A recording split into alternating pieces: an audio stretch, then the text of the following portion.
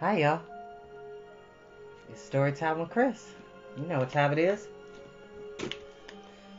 We're back. And I'm getting better slowly but surely every day. And I want to say a huge thank you to all of my friends that have been looking out for me. Which, by the way, I do not own the music that you're hearing in the background. Oh. I guess it's giving me updates.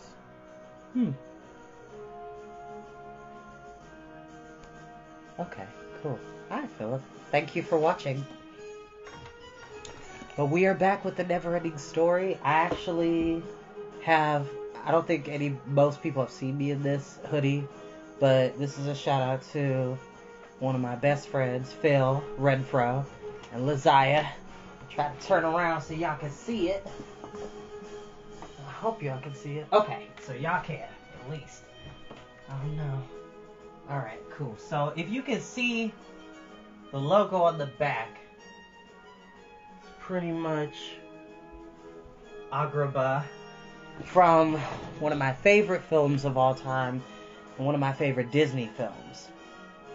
And the reason why I wanted to wear this hoodie is because the next chapter in the silver city of Amargad, to me is very Arabesque, and it is very much Arabian style, considering that Bastian was in the desert of many colors and befriended Gregorman, the many-colored death. I think it is more than appropriate and reasonable to have something of the same variety, even though the story of Aladdin and the Wonderful Lamp is something we will definitely read at some point on Storytime with Chris, because even the Disney adaptation is not accurate to the original story, because, fun fact, Aladdin is Chinese. In the original story of Aladdin and the Wonderful Lamp, Aladdin is Chinese. And along some other story details, like there was no evil vizier. Aladdin had parents in the story. He had a mother, at least. His dad had passed away. But, just fun facts about what's coming next. And even though one of my friends that follow me on Facebook, they already know this, but for those who don't know, on Facebook we are reading Howl's Moving Castle, which I say that because I introduced this to you all. For those who are interested, you can follow me on Facebook to watch these videos go live, or just go to the YouTube channel, which the link is in my bio, and go ahead and subscribe. It'll notify you when a new episode comes up. I need 1,000 subscribers in order to go live on YouTube, in order to just upload my video straight to there, but until I have 1,000, I can't do that. But I wanted to do Howl's Moving Castle because the previous book we did on Facebook was the My Neighbor Totoro. And I decided for these next slew of books for Facebook that we'll be reading, are going to be Studio Ghibli films, or at least the books that the Studio Ghibli films are based off of. Howl's Moving Castle is by Diane Wynne Jones, who is one of my favorite authors. The Castle in the Air is the book that inspired Castle in the Sky, which is also by Diane Wynne Jones. And then we have our next book right after Howl's Moving Castle, Kiki's Delivery Service, which is another one of my favorite films of all time. And I'm super excited to read this book to y'all on Facebook. And, there's Whispers of the Heart. There's The Tale of Princess Kaguya, which is a very famous Japanese fairy tale. Only Yesterday has a novelization that we could read. I'm trying to think. There's a lot of... Spirited Away is pretty much Hayao Miyazaki's answer to Alice in Wonderland, for fans who are familiar with that film. But also, we're going to be doing some shorter excerpts. So shout out to Dark Star Bookstore. I was able to find a copy of Frog and Toad, which I read a lot growing up as a kid. So we'll have that to read. And then, I know you've seen this before if you grew up as a 90s kid. The Sticky Cheese, another fairly stupid fairy tales. And then for those who were here for our Pride reading last year, we're going to be reading the sequel to The Prince and the Knight, which is The Tale of the Shadow King. So yeah, lots of stuff coming up. And like I said, y'all, I appreciate your patience with me. Mental health is important. Depression and anxiety is very real. As someone who's been dealing with this for years, I am glad to have people who actually took the time to talk to me and to counsel me and have been as open and receptive as possible in my time of need. And I love each and every one of you that took the time. So thank you. As you all know, in my patterns, my glasses are filthy because I've been working all day. Shout out to all my coworkers at Ellie's after working an incredibly busy weekend and an incredibly busy Sunday. Shout out to our chefs. They do an amazing job, y'all. The food is amazing. And it's meticulous, it's heartfelt. The flavor is there in comparison to other places I could mention.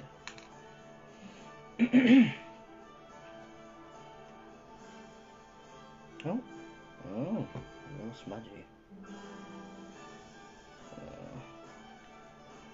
I need one of those microfiber handkerchiefs. There we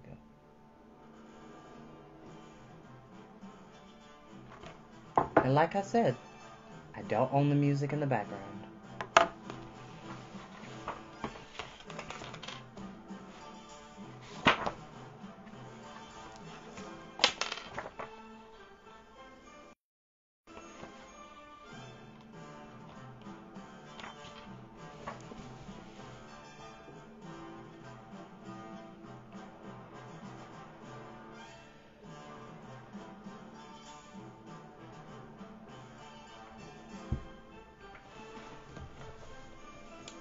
Chapter 17. A Dragon for Hero Heinrich.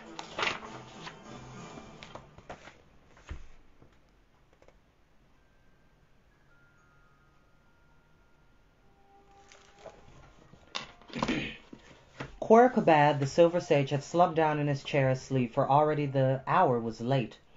Consequently, he missed an experience more beautiful and more extraordinary than any he had known in the 107 years of his life. And so did many others in Amarganth, citizens as well as visitors who, exhausted by the festivities, had gone to bed.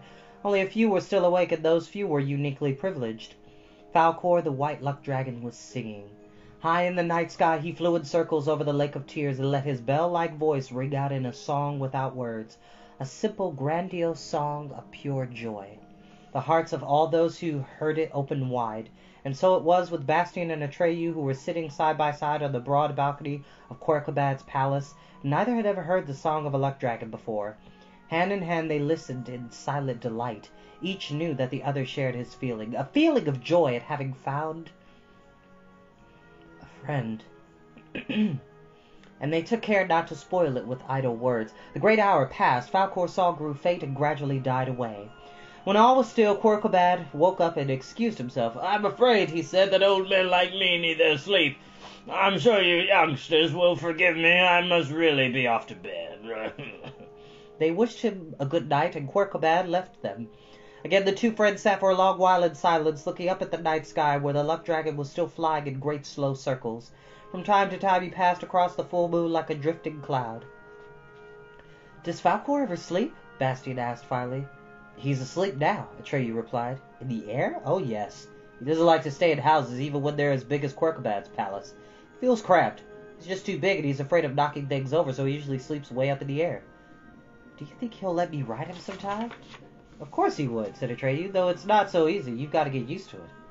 "I've already ridden Gregorman," said Bastian. Atreyu nodded and looked at him with admiration. "So you said during your contest with Hero Heinrich. How did you tame the many-colored death?" "I have Orin," said Bastian. "Oh," said Atreyu. He seemed surprised, but he said nothing more. Bastian took the childlike Empress's emblem from under his shirt and showed it to Atreyu. Atreyu looked at it for a while, then he muttered, "So now you are wearing the gem." Thinking he detected a note of displeasure, Bastian hastened to ask, "Would you like to have it back?" He started undoing the chain. "No!" Atreyu's voice sounded almost harsh, and Bastian wondered what was wrong. Atreyu smiled apologetically and repeated gently, "No, Bastian, I haven't worn it in a long time." "As you like," said Bastian. Then he turned the amulet over. "Look," he said. "Have you seen the inscription?" "Yes," said Atreyu, "I've seen it, but I don't know what it says." "How come?" "Greenskins can read tracks in the forest, but not letters." This time it was Bastian who said, "Oh!" "What does it say?" Atreyu asked. "Do what you wish," Bastian read. Atreyu stared at the amulet. "So that's what it says." His face revealed nothing, and Bastian couldn't guess what he was thinking. "If you had known," he asked, "would it have changed anything for you?" "No," said Atreyu. "I did what I wanted to do." "That's true," said Bastian, and nodded. Again they were both silent for a long time. "There's something I have to ask you," said Bastian finally. "You said I looked different from when you saw me in the magic mirror gate." "Yes, entirely different." "In what way?" "You were fat and pale, and you were wearing different clothes." Bastian smiled. "Fat and pale?" he asked incredulously. "Are you sure it was me?" "Wasn't it?" Bastian thought it over. "You saw me, I know that, but I've always been the way I am now." "Really and truly?" "I should know, shouldn't I?" Bastian cried. "Yes," said Atreyu, looking at him thoughtfully. "You should know." "Maybe it was a deforming mirror." Atreyu shook his head. "I don't think so." "How do you explain you're seeing me that way?" "I don't know," Atreyu admitted. "I only know that I wasn't mistaken." After that they were silent for a long while, and at length they went to bed. As Bastian lay in his bed, the head and foot of which were made of the finest silver filigree, his conversation with Atreyu ran through his head. Somehow it seemed to him that Atreyu was less impressed by his victory over Hero Heinrich, and even by his stay with Gregorman, since he heard that he, Bastian, was wearing the gem. And true enough, he thought, maybe his feats didn't amount to much, considering that he had the amulet to protect him. But he wanted to win Atreyu's wholehearted admiration. He thought, and there had to be something that no one in Fantastica could do, even with the amulet. Something of which only he, Bastian, was capable of. At last it came to him. Making up stories. Time and time again he had heard it said that no one in Fantastica could create anything new. Even the voice of Eulala had said something of the kind, and just that was his special gift. He would show Atreyu that he, Bastian, was a great storyteller. He resolved to prove himself to his friend at the first opportunity. Maybe the next day, for instance, there might be a storytelling contest, and he would put all others in the shade with his inventions. Or better still, suppose all the stories he told should come true. Hadn't Gregorman said that Fantastica was the land of stories, and that even something long past could be born again if it occurred in a story? Atreyu would be amazed. And while picturing Atreyu's amazement, Bastian fell asleep.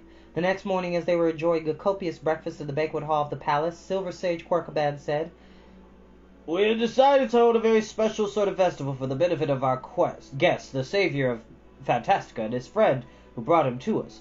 Perhaps, Bastian Balthazar Books, it is our Amagathians have always been the ballad singers and storytellers of Fantastica. From an early age, our children are instructed in these skills. When they grow to adulthood, they journey from country to country for several years, practicing their art for the benefit of all. Everywhere they are welcomed with joy and respect, but we have one regret, quite frankly. Our stock of stories is small, and many of us must share this little. But word has gone round, whether true or not, I don't know, that you, in your world, are famous for your stories. Is that the truth?" "Yes," said Bastian. "They even made fun of me for it." Silver Sage Quirkaban raised his eyebrows in disbelief, which goes to show there's a reason why I'm wearing this hoodie, because 1001 Arabian Nights by Scheherazade was all oral folklore. It was all oral storytelling, from stories that she heard from her childhood, and stories from her village, and stories from the other places and villages in that country. So there is a reason why I'm wearing this. So it kind of makes sense, because a lot of our fairy tales and a lot of our stories are through oral tradition, in a lot of different cultures from around the world. So keep that in mind. Scheherazade. We more than likely will read 1001 Arabian Nights, but like I said, that's a pretty lengthy story telling. I could you know what I'll do? I'll make a poll and then have you all vote. Made fun of you for telling stories that no one had ever heard? How is that possible? None of us can make up new stories, and we, my fellow citizens and I, would all be infinitely delighted and grateful if you would give us a few. Will you help us with your genius? With pleasure, said Bastian. After breakfast, Bastian, Atreyu, and the Silver Sage went out to the steps of Corcobad's palace, where Falcor was already waiting for them. A large crowd had gathered, but on this occasion it included few of the outsiders who had come for the tournament and consisted largely of Amargathians, men, women, and children, all commonly and blue-eyed and all clad in silver. Most were carrying stringed instruments, harps, lyres, guitars, or lutes, all of silver, for almost everyone there hoped to display his art in the presence of Bastian and Atreyu. Again, chairs had been put in place. Bastian sat in the middle between Corcobad and Atreyu, and Falcor stood behind them. Corcobad clapped his hands. When the crowd fell silent, he announced, "The great storyteller is going to grant our wish and make us a present of some new stories. Therefore, friends, give us your best to put him in the right mood." The Amargathians all bowed low. Then the first stepped forward and began to recite. After him came another, and still others. All had fine, resonant voices and told their stories well. Some of their tales were exciting, others merry or sad. But it would take us too long to tell them here. In all, there were no more than 100 different stories. Then they began to repeat themselves. Those who came last could only tell what their predecessors had told before them. Bastian grew more and more agitated while waiting for his turn. His last night's wish had been fulfilled to the letter, and he could hardly bear the excitement of waiting to see whether everything else would come true as well. He kept casting glances at Atreyu, but Atreyu's face was impassive, showing no sign of what he might be thinking. At length Corcobad bade his compatriots desist and turned to Bastian with a sigh. "I told you, Bastian Balthazar Books, that our stock of tales was small. It's not our fault. Won't you give us a few of yours?" "I will give you all the stories I have ever told," said Bastian, "for I can always think of new ones. I told many of them to a little girl named Krista, but most I thought of only for myself. No one else has heard them. But it would take weeks and months to tell them all. We can't stay with you that long, so I've decided to tell you a story that contains all the others in it. It's called The Story of the Library of Amarganth, and it's very short." And after a moment's thought, he plunged in. In the grey dawn of time, the city of Amarganth was ruled by a silver sages named Quena. In those long past days, Moru, the Lake of Tears, hadn't been made yet, nor was Amarganth built of the special silver that withstands the water of Moru. It was still like all other cities, with houses of stone and wood, and it lay in a valley among wooded hills. Quena had a son named Quinn, who was a great hunter. One day in the forest, Quinn caught sight of a unicorn which had a glittering stone at the end of its horn. He killed the beast and took the stone home with him. His crime brought misfortune on the city, for then on fewer and fewer children were born to the inhabitants. If no remedy were found, the city would die out, but the unicorn could be brought back to life, and no one knew what to do. Quena, the Silver Sages, sent a messenger to consult Eulala and the Southern Oracle. The Southern Oracle was far away. The messenger was young when he started out, but old by the time he got back. Quena had long been dead, and her son Quinn had taken her place. He, too, of course, was very old, as were all the other inhabitants. There were only 2 children left, a boy and a girl. His name was Aquil, hers was Mukwa. The messenger reported what Eulala's voice had revealed. The only way of preserving Amarganth was to make it the most beautiful city in all Fantastica.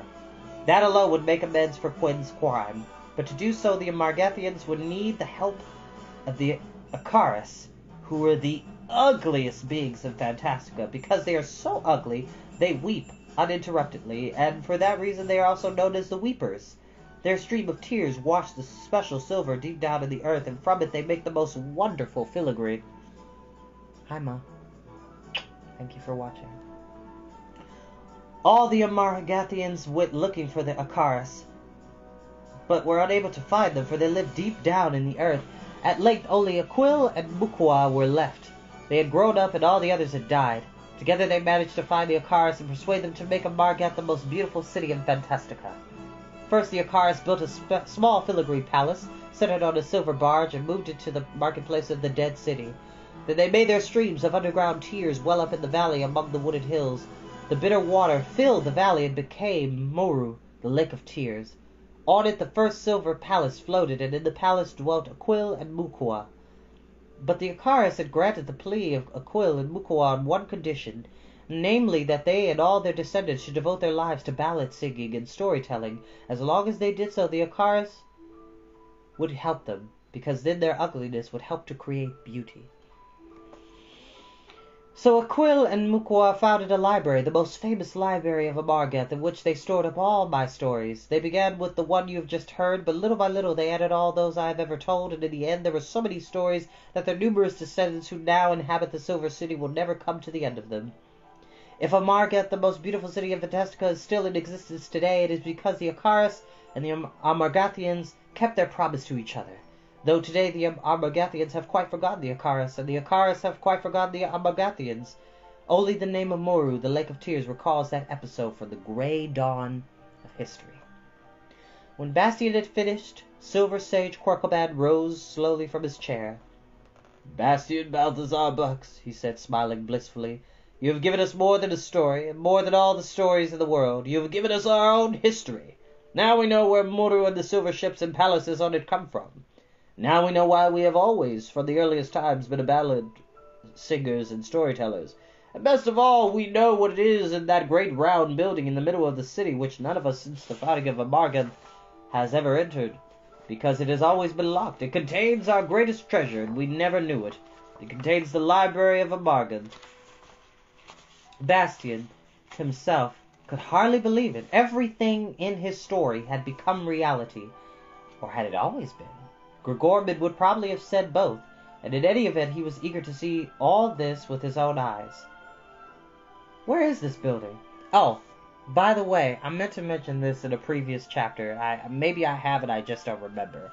But during the chapters of the introduction of of the many-colored, this Desert of Many Colors at Gregorman, the Many-Colored Death, the Lion of Eternal Flame, my own headcanon, this has never been confirmed, but my own head canonical lore that I have about Gregorman is that Gregorman is actually Aslan from the Chronicles of Narnia.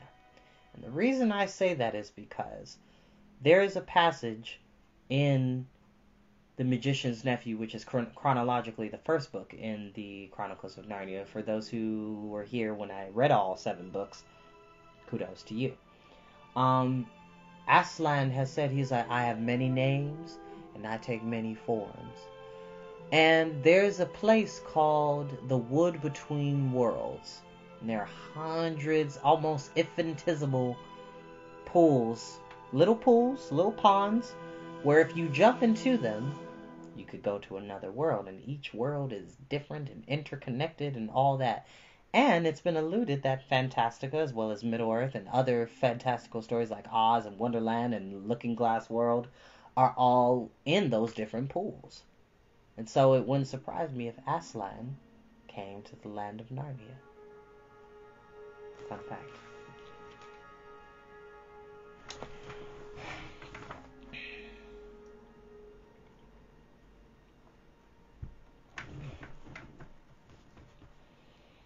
In any event, he was eager to see all this with his own eyes. "Where is this building?" he asked. "I will show you," said Quirkelbad, and turning to the crowd, he cried, "Come along, all of you! Perhaps we shall be favored with more wonders." A long procession, headed by the Silver Sage, Bastian, and Atreyu, moved over the gangplanks connecting the silver ships with one another, and finally stopped outside a large building which rested on a circular ship and was shaped like a huge silver box. The outside walls were smooth, without ornaments or windows. It had only one large door, and that door was locked. In the center of the smooth silver door there was a stone set in a kind of ring. It looked like a piece of common glass. Over it the following inscription could be read: "Removed from the unicorn's horn, I lost my light. I shall keep the door locked until my light is rekindled by him who calls my name. For him I will shine 100 years. I will guide him in the dark depths of Yorsman Road. But if he says my name a second time from the end to the beginning, I will glow in one moment with the light of 100 years." "None of us can interpret this inscription," said Quirkelbad. "None of us knows what the words Yorsman Road mean. None of us to this day have discovered the stone's name, though we all have tried time and again, but we can only use names that already exist in Fantastica. And since these are all names of other things, none of us have made the stone glow or opened the door. Can you find the name Bastian Balthazar Bucks?" A deep, expectant silence fell on the Amargathians and non-Amargathians alike. "I'll "Sahir!" cried Bastian. In that moment the stone glowed bright and jumped straight from its setting into Bastian's hand. The door opened. A gasp of amazement arose from 1,000 throats. Holding the glowing stone in his hand, Bastian entered the building, followed by Quercobat and Atreyu. The crowd surged in behind them. It was dark in the large circular room, and Bastian held the stone high. Though brighter than any candle, it was not enough to light the whole room, but showed only that the walls were lined with tier upon tier upon tier of books. Attendants appeared with lamps. In the bright light it could be seen that the walls of books were divided into sections, bearing signs such as funny stories, serious stories, exciting stories, and so on. In the center of the circular room, the floor was inlaid with an inscription so large that no one could fail to see it. Library of the Collected Works of Bastian Balthazar Books. Yep, that was the inscription. Atreyu looked around in amazement. Bastian saw to his delight that his friend was overcome with admiration. "It is true," asked Atreyu, pointing at the silver shelves all around, "that you made up all those stories?" "Yes," said Bastian, slipping Al-Sahir into his pocket. Atreyu could only stand and gape. "I just can't understand it," he said. The Amargathians had flung themselves on the books and were leafing through them or reading to one another. I have to blame Michael Ende for his usage of uniqueness of character names, because some of these are hard to pronounce, so please forgive me. Some sat down on the floor and began to learn passages by heart. News of the great event spread through the whole city like wildfire. As Bastian and Atreyu were leaving the library, they ran into Hycerion, Hisbald, and Hydorn.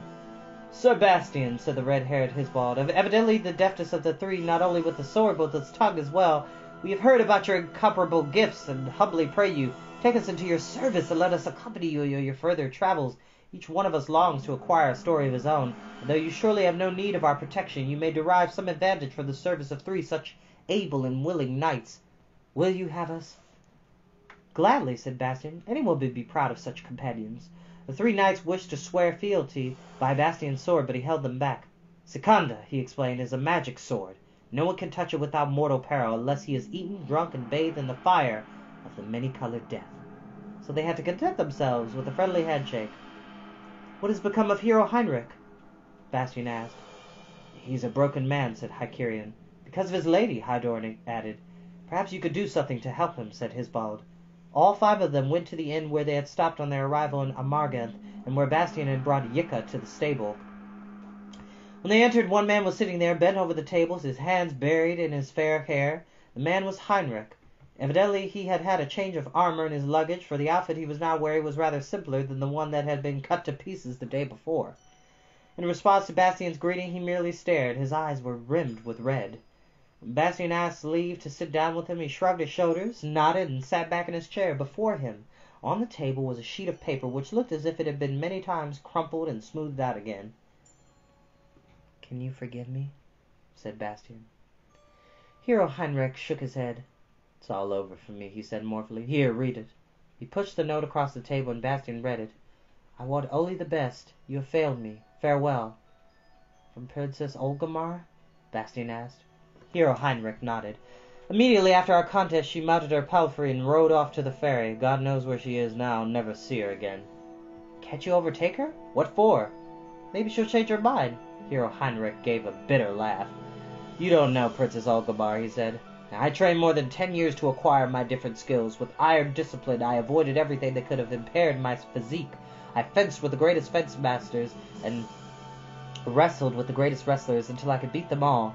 I could run faster than a horse, or jump higher than a deer. I am best at everything, or rather, I was until yesterday." At the start she wouldn't honor me with a glance, but little by little my accomplishments aroused her interest. I had every reason to hope, and now I see it was all in vain. How can I live without hope? "Maybe," Bastian suggested, "you should forget Princess Olgamar. There must be others you could love just as much."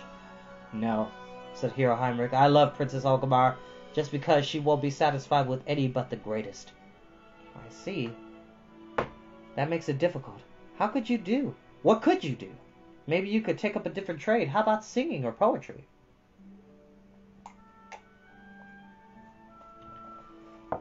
Heinrich seemed rather annoyed. "No," he said flatly. "I'm a hero, and that's that. Can't change my profession, and I don't want to, and I am what I am." "I see," said Bastian. All were silent for a time. The three knights cast sympathetic glances at Hero Heinrich. They understood his plight. Finally, Hisbald cleared his throat and turned to Bastian. "Sir Bastian," he said, "I think you could help him." Bastian looked at Atreyu, but Atreyu had put on his impenetrable face. "A hero like Heinrich," said Hydord, "is really to be pitied in a world without monsters. See what I mean?" No, Bastian didn't see, not yet at any rate.